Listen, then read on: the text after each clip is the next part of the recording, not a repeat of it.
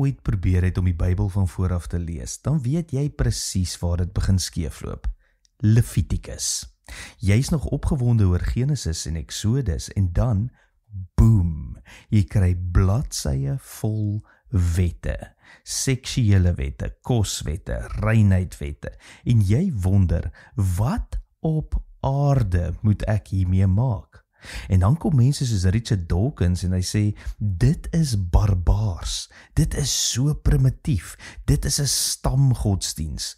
Maar as jy mooi kyk, sien jy iets ongelooflik. Die Sinaï verbond was eeue vooruit.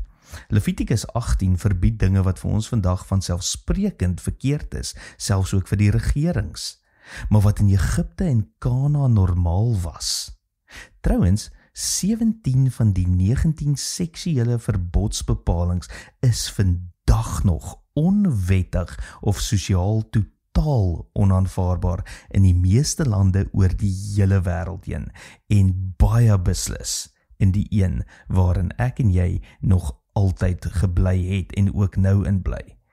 God het vir Israel gesê, julle moet anders lyk, julle is my volk, en hy gee vir hulle wette wat vroue, kinders, vreemdelinge en selfs slawe beter beskerm het as enige ander nasie in hulle tyd.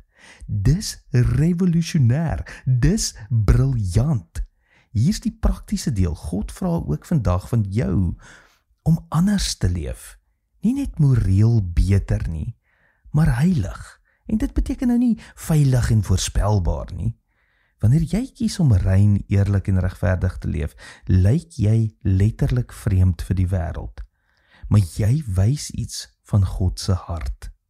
Nou by SA Gemeente sê ons wil die nommer 1 netwerk vir jou lewe wees, en ons wil hê jy moet die nommer 1 netwerk in ander se lewens wees. Wat beteken dit hier?